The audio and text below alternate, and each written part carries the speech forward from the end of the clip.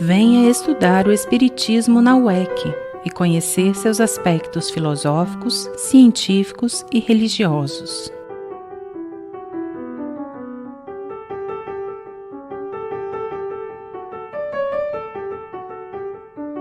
Aulas online, inscrições cursos.uec.org.br.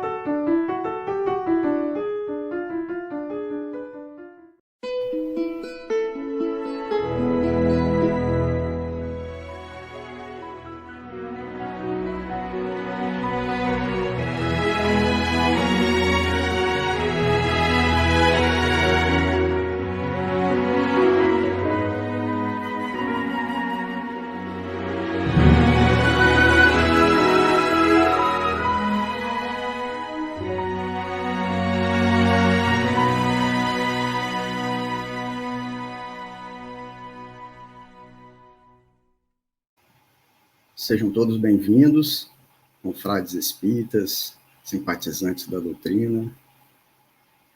Sejam todos bem-vindos a mais um estudo que nós vamos fazer acerca do Evangelho de Jesus à luz da doutrina espírita. Nós vamos começar com a leitura preparatória do livro Pão Nosso, psicografia do nosso querido Francisco Cândido Xavier, pelo Espírito de Emmanuel. Espiritismo na fé. E estes sinais seguirão os que crerem. Em meu nome expulsarão os demônios, falarão novas línguas. Jesus, Marcos, capítulo 16, versículo 17. Permanecem as manifestações da vida espiritual em todos os fundamentos da revelação divina, nos mais variados círculos da fé. Espiritismo em si, portanto, deixa de ser novidade dos tempos que correm, para figurar na raiz de todas as escolas religiosas. Moisés estabelece contato com o plano espiritual no Sinai. Jesus é visto pelos discípulos no Tabor, ladeado por mortos ilustres. O colégio apostólico relacionar-se com o espírito do Mestre após a morte dele e consolida no mundo o cristianismo redentor. Os mártires dos circos abandonam a carne flagelada, contemplando visões sublimes. Maomé inicia a tarefa religiosa ouvindo o mensageiro invisível. Francisco de Assis percebe emissários do céu que o exortam à renovação da igreja. Lutero registra a presença de seres de outro mundo. Teresa d'Ávila recebe a visita de amigos desencarnados e chega a inspecionar regiões purgatoriais através do fenômeno mediúnico do desdobramento. Sinais do reino dos espíritos seguirão os que crerem, afirma o Cristo. Em todas as instituições da fé, há os que gozam, que aproveitam, que calculam, que criticam, que fiscalizam. Esses são ainda candidatos à iluminação definitiva e renovadora. Os que creem, contudo, e aceitam as determinações de serviço que fluem do alto, serão seguidos pelas notas reveladoras da imortalidade onde estiverem.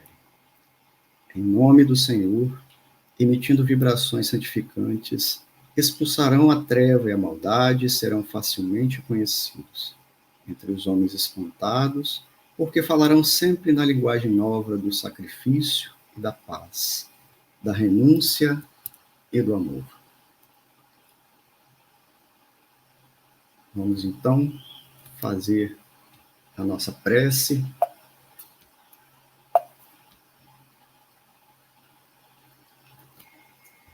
Senhor, Tu que nos disseste pela boca de Jesus, o Teu Messias, bem-aventurados os que sofrem perseguição por amor da justiça, Perdoai os vossos inimigos, orai pelos que vos persigam. E ele próprio nos deu exemplo, orando pelos seus algozes. Seguindo esse exemplo, meu Deus, imploramos a tua misericórdia para os que desprezam seus sacratíssimos preceitos, únicos, capazes de facultar a paz neste mundo e no outro. Como Cristo também, nós te dizemos, perdoa-lhes, Pai, que eles não sabem o que fazem.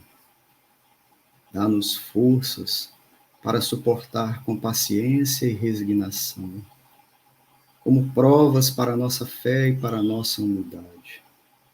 Seus escárnios, injúrias, calúnias e perseguições.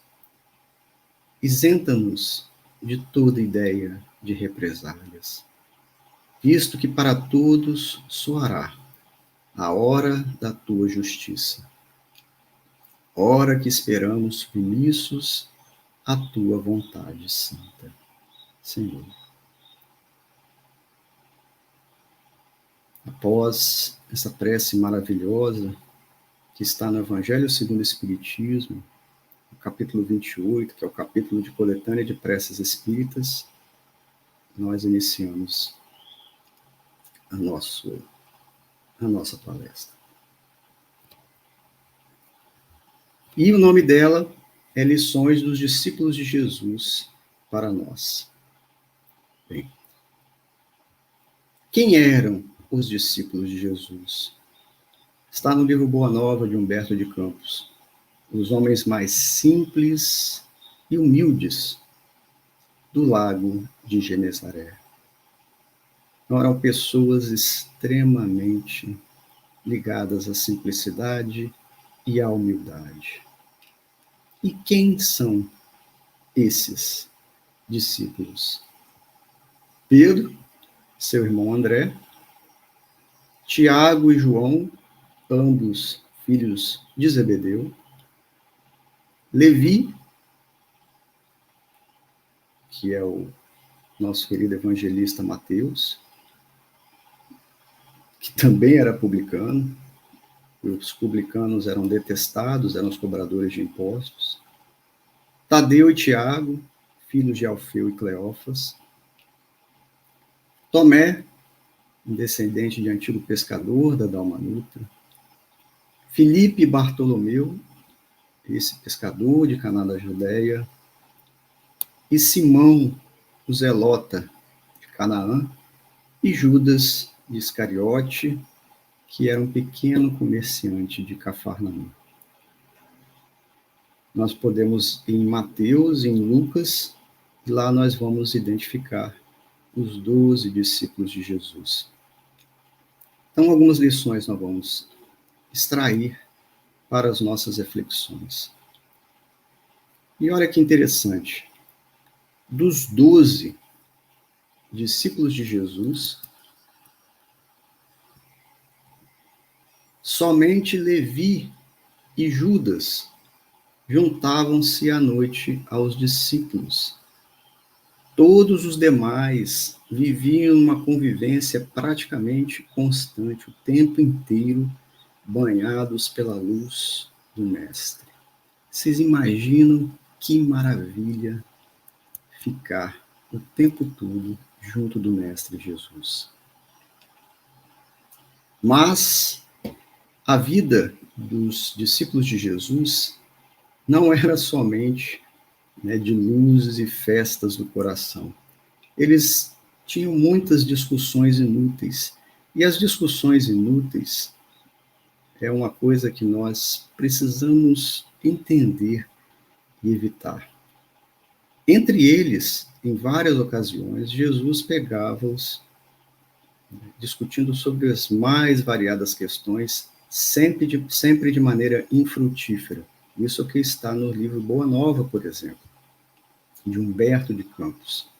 E aí eu trago uma reflexão aqui para a gente, tirada do livro Vida de Jesus. No prefácio, veja, Emmanuel prefacia este livro, ele é Antônio de Lima, e ele nos traz a seguinte reflexão: os homens ainda não atingiram o estado de renúncia pessoal para lucrarem espiritualmente com as discussões acaloradas, nas quais inúmeras vezes, sem fazerem nenhuma luz para suas almas, criam trevas para os seus corações.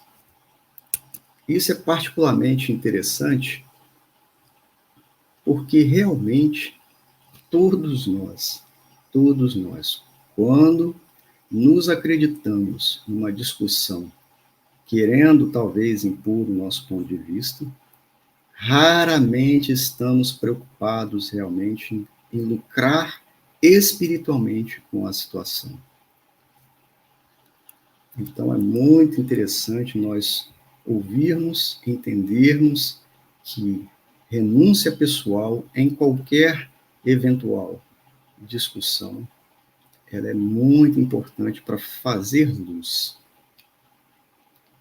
E aí, nós, em vista disso, né, eu queria trazer aqui um parênteses, nós buscamos o tempo todo os heróis. E por quê, né? Porque a gente acredita, todos nós, que as criaturas, de uma maneira geral, elas querem salvadores. E é por isso que os heróis, eles fazem tanto sucesso. Né? E os heróis humanos, então, e aqueles inventados pelos humanos, então, é de uma maneira geral. Porque as criaturas, nos diz Amélia Rodrigues, no livro Trigo de Deus, as criaturas anelam por salvadores. Salvadores que lhes solucionem os problemas. Problemas que todos nós temos, desafios que nós enfrentamos durante a nossa existência. E a gente quer que esse Salvador atue e resolva os nossos problemas. E ela nos traz uma reflexão que eu achei assim extremamente impactante. Há uma latente irresponsabilidade. É uma irresponsabilidade adormecida que nos leva a desejar uma vida sem trabalho, sem sofrimento. E aqui na Terra não existe como, não há a menor condição de haver uma vida sem trabalho e sem suar, sem o suor de cada dia. Então, em razão disso, ela nos remete à reflexão que a esperança de paz sempre se turba com a ambição da ociosidade. Olha que reflexão interessante da nossa querida irmã Amélia Rodrigues. Esse é um livro psicografado pelo Divaldo que eu recomendo bastante. Então, a gente acha que esperança e paz é uma coisa, mas, na verdade, nós estamos ali confundindo com uma ambição em cima da ociosidade. É por isso que a gente imagina heróis. E olha só como é que está a nossa humanidade, né? Aqui eu trago também uma visualização no jornal O Dia. Saiu lá, um youtuber bate Ibope de emissoras de TV com um evento ao vivo. Entramos para a história. Ele tem 41 milhões de inscritos e esse evento ele juntou 600 mil pessoas visualizando. E o que ele estava fazendo? O que esse herói de muitos estava fazendo? Estava jogando um jogo chamado Minecraft. Enquanto isso, nós vamos ver, por exemplo, as páginas, né, das mensagens espíritas com 35 visualizações, 75 visualizações. E o mundo está vendo jogos de Minecraft perdendo seu tempo. Mas, pelo menos, né, não estão fazendo algo pior. Poderiam estar fazendo algo ainda pior. Então, esses são os nossos heróis. Vamos, então, em cada um dos discípulos, nós não temos a pretensão de falar de todos aqui, mas em cada um deles nós vamos extrair aquela condição humana para trazer de ensinamento para nós. E aí a primeira figura que eu trago é de Simão Pedro. Veja, no livro de Amélia Rodrigues, ela fala que ele, assim como nós, era portador de conflitos humanos naturais. Tinha uma fibra moral rígida. Ele se entregava às suas atividades de pescador, cuidava da sua família e se desinteressava praticamente de todo o resto. Era um homem cético, segundo as palavras de Amélia Rodrigues, sem sutilezas de comportamento. Quantos de nós não somos assim também? Quantos de nós não vivenciam também esse tipo de conflito humano natural em nós, espíritos encarnados? No entanto, quando Simão Pedro se encontra com Jesus, esse encontro com a verdade libertou o seu ser. É como se estivesse numa prisão com algemas e essas algemas fossem retiradas. E a verdade, ela é tão impactante, ela é tão impressionante, que ela desencarcera-nos do mundo e aprisiona-nos à vida eterna. Quem encontra Jesus, encontra a verdade. E como Jesus mesmo fala, a verdade nos libertará. Então, se nós ainda estamos nessa condição de portadores de conflitos naturais, assim como Simão Pedro, vamos em busca de Jesus.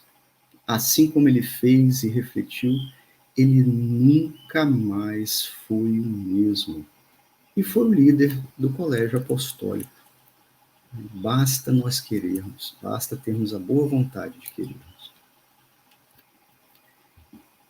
E esse aqui é o nosso irmão Judas, que eu trago também para a nossa reflexão.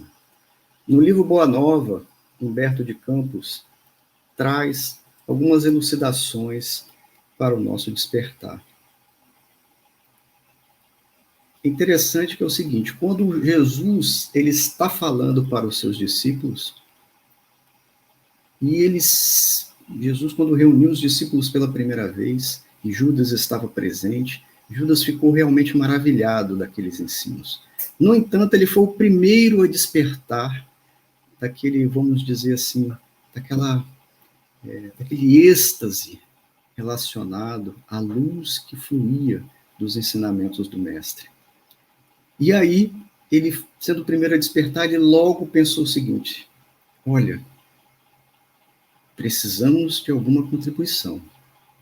E se dirige ao Mestre pedindo permissão para, então, coletar dos demais discípulos uma pequena quantia em dinheiro que ele julgaria importante para fazer com que os ensinamentos de Jesus pudessem se espalhar, povoando os demais corações. Então, ele, segundo o livro Boa Nova, ele conta-nos o seguinte, que Judas fala para Jesus: Senhor, nada podemos edificar sem a contribuição de algum dinheiro. O que vocês acham dessa frase? E aí Jesus, assim como faz para Judas, é importante que nós tomemos essa lição para nós mesmos. Jesus faz um alerta, que é um alerta para todos nós. Veja, Deus, ele precisou das riquezas precárias do mundo, precárias para construir as belezas do mundo. Deus precisou dessa contribuição, que muitos de nós julgamos valiosíssima, importantíssima, condição sine qua non. E aí o Cristo dá a mensagem para Judas, que é a mesma mensagem para nós. Nunca procures o que ultrapasse o necessário. Se nós formos no livro Conduta Espírita, por exemplo, nós vamos ver o André Luiz nos chamando a atenção para a simplicidade, inclusive no lar. Porque o necessário, a gente dificilmente vai querer somente o necessário, né? A gente sempre busca algo mais. Não é verdade, meus irmãos? E aqui eu trago uma reflexão bem interessante, fazendo uma analogia, né, que é o seguinte: você vê que a gente extrair o minério, por exemplo, de uma mina de minério de ferro, passar por um processo siderúrgico a altas temperaturas, né, de forma a trazer elementos novos, colocar resistência nesse minério, de forma a trazer ele moldado numa forma específica para que nós possamos usar em nossas construções. Fazer esse tipo de atividade é mais fácil do que nós nos moldarmos moralmente falando. Exige um sacrifício muito grande nosso. Como a figura até mostra ali, né? Algumas pessoas são tão pobres que não têm nada além de dinheiro. Então, nós construirmos um molde dentro de nós por meio dos sacrifícios, vislumbrando o Evangelho de Jesus, é muito mais difícil. E quando a gente não consegue isso, a gente está predisposto ao erro. E esse erro pode ser um erro muito grave, muito sério, assim como foi o erro de Judas, que vendeu Jesus por um punhado de moedas, 30 moedas. E assim como disseram com Judas arrependido, vão dizer para a gente também: isso lá é contigo. E aí o que nós vamos dizer? Estaremos somente nós, com a nossa consciência arrependida? E a gente sabe que o arrependimento é o primeiro passo, mas, como eu falei, é somente o primeiro passo. Há que lutar, assim como Judas lutou durante mais de 1000 anos para conseguir o ósculo do perdão à sua consciência. Então, o reino dos céus está no coração e deverá ser exteriorizado através desse amor, de uma paz que se transforma em bênçãos, de humildade e fé. Precisamos, meus irmãos, precisamos construir esse reino dos céus em nosso coração. É a única forma.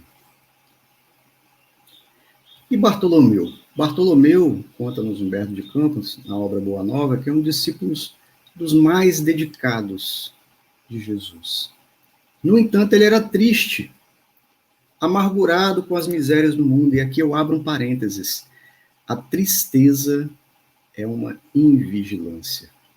E como toda invigilância, nós precisamos entender que é objeto de conexão dos espíritos infelizes, dos espíritos inferiores, para nos levar a processos de obsessão, sejam sutis ou sejam mais severos.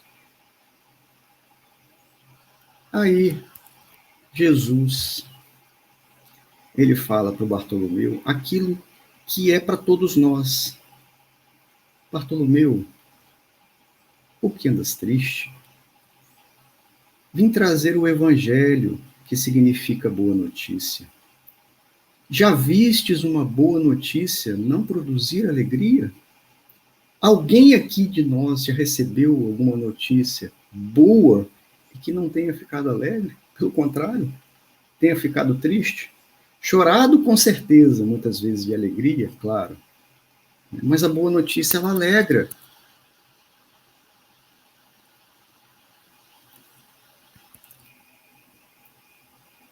E o Evangelho, o que ele nos traz? Nos traz essa certeza no Espírito e nos ilumina de tal forma que nos traz o bom ânimo para deixarmos de lado toda e qualquer tristeza. E bom ânimo é essencial porque ele nos faz mover. E aí nós pegamos firme no trabalho e a luta passa a ser diferente. A luta humana na caminhada do dia a dia com o trabalho, ela passa a ser completamente diferente. Passa a ter ares novos. A gente identifica o porquê da vida e todas as vezes que nós identificamos o porquê de alguma coisa, a gente faz com muita satisfação. Então, quem encontra esse evangelho, essa boa notícia, não tem como ficar triste. Porque encontra o seu tesouro, encontra a razão, o porquê da sua vida. E Tadeu? Tadeu e a sua luta contra os espíritos do mal. E qual a lição que ele traz para a nossa reflexão? Tadeu, ele ficava pensando assim, poxa vida, por que não expulsar os espíritos do mal? Eles são os nossos irmãos mesmo? E é justo convocarmos esses espíritos malfazejos à conversão para o Evangelho de Jesus? Vejam, porque é muito mais fácil, igual mostra aí a figura, né? Quando nos deparamos com os espíritos do mal, nos livrarmos dele. Não exige muito esforço. Livrarmos-nos daquele com o qual nós não queremos nenhum tipo de convivência é muito fácil. Então, expulsemos eles daqui. Né? Para que perdermos tempo? E aí Jesus traz a lição para Tadeu, que é a mesma lição para nós. Vejam, qual é o principal objetivo das atividades da nossa vida? O principal objetivo, vou repetir, das atividades da nossa vida, assim como da vida de Tadeu, quando Jesus pergunta para ele. Vejam, é realizar o reino de Deus em nosso coração. Isso é extremamente importante. O principal objetivo da nossa vida, meus queridos irmãos, vejam bem, é realizar o reino de Deus em nosso coração. Nenhuma outra atividade é tão importante quanto essa. No entanto, essa é a atividade da nossa vida, mas nós não podemos exigi-lo no adversário. Por quê? Porque nós precisamos seguir o nosso caminho, atento aos nossos deveres. Deus não abandona as suas atividades divinas para impor uma renovação moral. Então, por que nós vamos abandonar a nossa atividade para impor a transformação moral no nosso próximo? Não é mesmo? Então, não vamos esquecer. Nós temos que trabalhar, e trabalhar com a verdade. A verdade que acende a luz do amor divino bastante forte.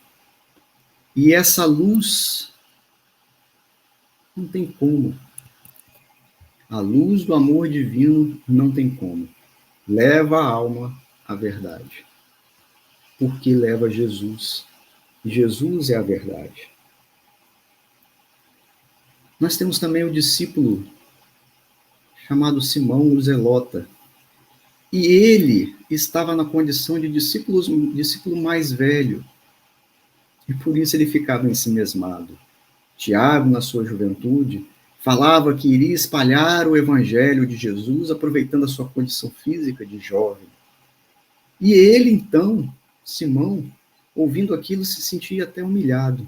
Isso está no livro Boa Nova, de Humberto de Campos. Então, para nós que somos, nós, que eu digo de uma maneira geral, os irmãos espíritas ou os irmãos cristãos, que se põem na condição de declínio dessas forças vitais, né? Irmãos que são de idade um pouco mais avançada. O que nós vamos fazer? E essas nossas energias talvez ainda não estejam coadunadas com as energias que o Evangelho nos solicita. Que ensinamento, então, traz para nós, da mesma forma que o Mestre levou para Simão? E notem, todos os ensinamentos de Jesus para os seus discípulos, eles entendem, interiorizam e, mais importante, passam a agir de conformidade com aquilo. Então, voltando, nós vamos perguntar, qual a contribuição da velhice? Aqueles irmãos nossos aí de idade avançada, qual a sua contribuição? Basta nos lembrarmos, e a doutrina espírita nos fala isso, assim como o espírito não tem sexo, o espírito não tem idade. Se o espírito tivesse uma idade, nós poderíamos chegar, inclusive, a perguntar, tá, se o espírito tem idade, então o Pai Celestial tem idade? Também não. O espírito é eterno, assim como o Pai Celestial é eterno. Sendo que o Pai Celestial é o Criador incriado. Então, assim como os moços que estão adentrando na vida precisam da sabedoria dos mais experimentados na vida, assim como a criança precisa dos pais para direcioná-los nos percursos que irão desenvolver na sua caminhada evolutiva enquanto reencarnados, todos nós precisamos de Deus e de Jesus.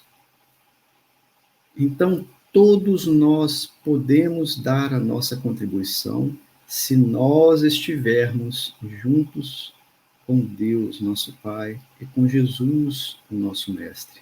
Porque aqueles que são mais velhos, podem orientar os mais jovens a seguirem plenamente o caminho já experimentado por aqueles que já viveram mais tempo, a sua atual existência. É uma lição que vale para todos nós. Simão, Pedro e Filipe, eles, com seu coração ardente, vamos refletir nas lições dos dois, eles, na defesa do mestre, eles ficam indignados com os detratores. Eu não sei se vocês já tiveram a oportunidade de se deparar com detratores na situação como eles se depararam. E eles vão para a defesa ardente mesmo. E aí Jesus faz uma ponderação, que é uma ponderação importantíssima para nós espíritas. Hoje, talvez um pouco menos, mas há anos atrás, nós éramos objetos, nós, os espíritas, éramos objetos de muita difamação, de muita falso entendimento. Hoje ainda nós temos isso, mas em menor nível. Temos pouco mais de respeito, inclusive das outras designações religiosas. Mas a melhor réplica que nós podemos dar na defesa do Espiritismo, na defesa do Evangelho de Jesus, é sempre o trabalho, o esforço útil em prol do nosso semelhante. Porque seria muita vaidade. Pensa aqui comigo. Muita vaidade. Nós exigimos que os outros pensem um elevado conceito de nós. Tenham-nos em alto conceito. E aqui tem uma coisa importantíssima. Agradar a todos é marchar pelo caminho largo, onde estão as mentiras da convenção. Porque é importante dizer o necessário e sem perder tempo. Agradar a todos é caminho largo, E quando abrimos a nossa boca, vamos dizer o necessário, sem perder tempo. E aqui eu vou abrir um parênteses de reflexão. Nós vamos ganhar a confiança das pessoas não é dizendo o que elas querem ouvir. Não é assim. É sabendo dosar a verdade com amor.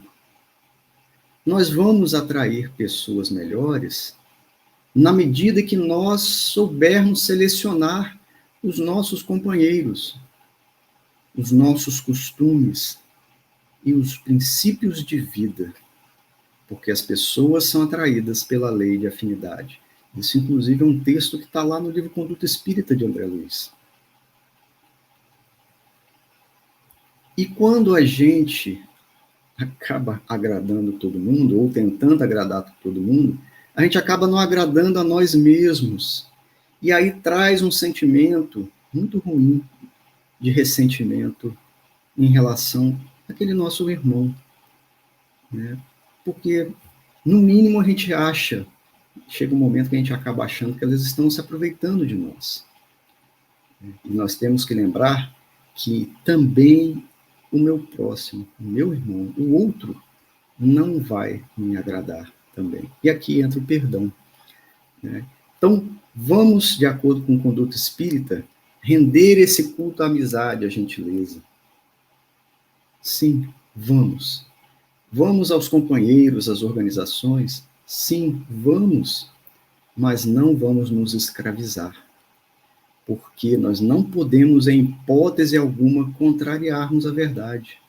Especialmente quando a gente fala de doutrina espírita, para ser agradável aos outros. Então, o falso se dá bem com todo mundo, o verdadeiro não. Porque, por causa dos outros. O outro tem o seu pensamento e nós temos que respeitar. Então, quando nós formos defender a verdade, também, não vamos faltar com a compreensão espírita cristã. Muitos acham que defender a verdade tem que ser a ferro e fogo. Não, olha o conceito de André Luiz no livro Conduta Espírita. Nada de conceituação radical. Nada de conceituação inamovível. E com isso, nós vamos conseguir um pouco mais perdoar. Nesse caminho que nós vamos fazer, né, até conseguimos perdoar a todos em qualquer circunstância, né, mas vejam, percebam, para nós termos essa atitude de perdão, a gente não precisa saber se o outro está arrependido. Porque o perdão está aqui em mim, não está no outro. A gente não precisa saber se o outro se arrependeu ou não. Muitos falam, eu só vou perdoar se ele se arrepender do que fez. E vem me pedir desculpa. Não, não é assim. Não é essa a lição que o mestre passa para os seus discípulos, como nós. Né? Seremos aceitos no reino dos céus sem isso? Sem que o outro perdoe as nossas faltas? Bem, vamos falar agora de Levi, o aristocrata. E ele tinha sua incompreensão perante os aflitos. E ele questiona, né? Será que os aleijados, os abandonados, os aflitos, os pobres, mendigos, eles podem contribuir com o reino de Deus? Bem, vamos tentar responder essa pergunta com uma analogia muito interessante. Olha como é que são as nossas percepções. Quando a gente está lavando roupa na máquina de lavar e a gente retira a roupa ou usa um determinado sabão em pó e depois a gente vê o aspecto da roupa, a gente está preocupado, né? Observa se a roupa está limpa, branca, e se as cores, né, estão vivas. Né? Isso tem até campanha de sabão em pó que fala, né, o branco mais branco, cores mais vivas. Mas quando a pessoa que está lavando lá a roupa, seja mulher, seja homem, quando ele tira a roupa da máquina sequinha ou põe no varal sequinho, quando a roupa seca, qual que é a primeira coisa da roupa sequinha que a pessoa faz? É cheirar. Ela não está preocupada no primeiro momento se está branco ou se a cor está viva. Não. É com o cheiro. Então, esses erros de percepção nosso levam a gente a achar, por exemplo, que os aflitos, os pobres, os mendigos, os infortunados, eles nada poderão contribuir com o evangelho do reino, que é o que Levi pensava. Então, nós sim, devemos aceitar essa colaboração preciosa dos vencidos do mundo, porque a boa notícia não é para aquele que já está vivendo, né, no conforto do seu lar, com a sua família, tendo tudo o que precisa aqui na Terra. Né? Muitos têm, né, seu bom emprego, né, muitos têm sua família constituída, muitos têm, inclusive, a religião, né? Então já estão saciados. Né? Mas os deserdados, esses têm uma vantagem. Eles quebram esses elos da cadeia que prendem as pessoas às ilusões. E as ilusões são terríveis. Quando nós nos prendemos a estas ilusões, de uma maneira geral, é difícil nós sairmos dela. Então vamos entender que a supremacia do mundo pertence a Deus. E João? João, em sua defesa da lei humana, ele faz algumas questões que são nossas. Inclusive para Jesus, quando há aquela passagem, né, em que ele não condena a meretriz. E ele fala, por que não condenaste a meretriz de vida infame? Jesus fala, sabemos condenar, sem atingir o cerne do motivo. O objetivo é agravar o erro? Agravar os padecimentos ou minimizá-los? E João pergunta, ela pecou e faz jus à punição.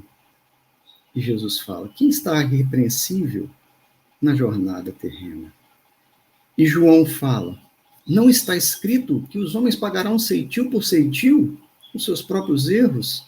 E o Cristo fala, a terra é um grande hospital, onde o pecado é a doença de todos.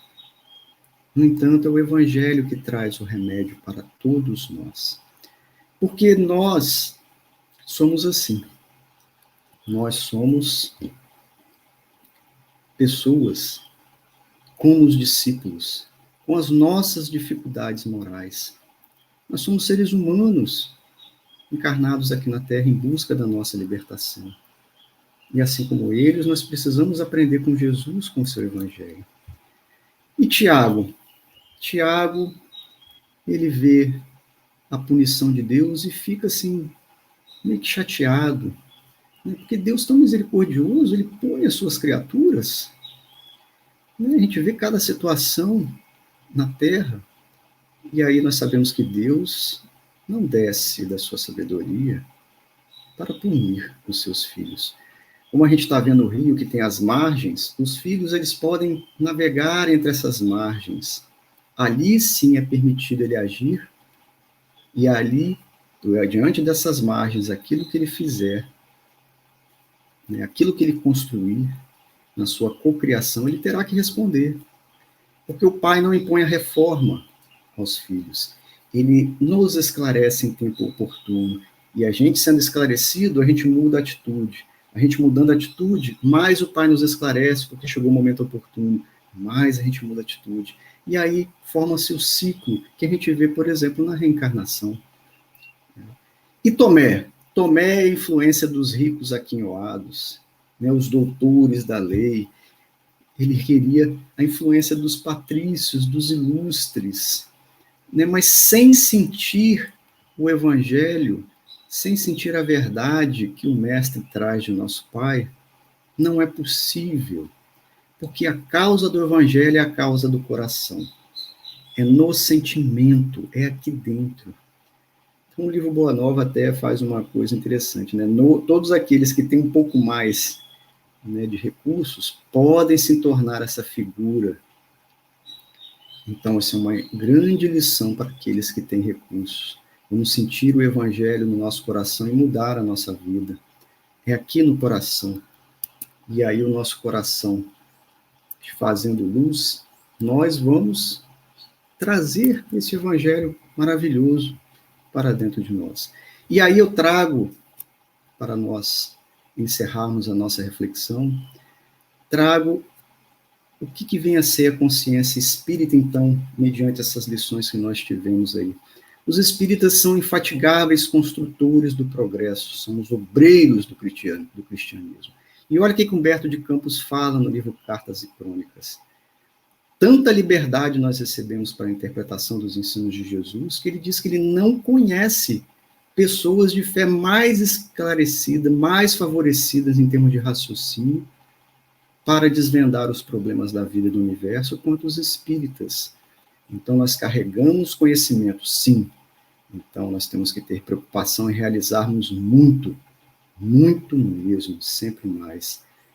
E aí, nós acabamos com as ilusões, nós acabamos com as inibições de outros companheiros, vendo os nossos exemplos, porque nós, espíritas, somos os novos discípulos de Jesus. E o trabalho é imenso, o trabalho é imenso. Vamos fazer desde já. Agradecendo a Jesus pela oportunidade que nós tivemos de refletir acerca das suas lições imorredoras à luz da doutrina espírita. Sê conosco, Senhor.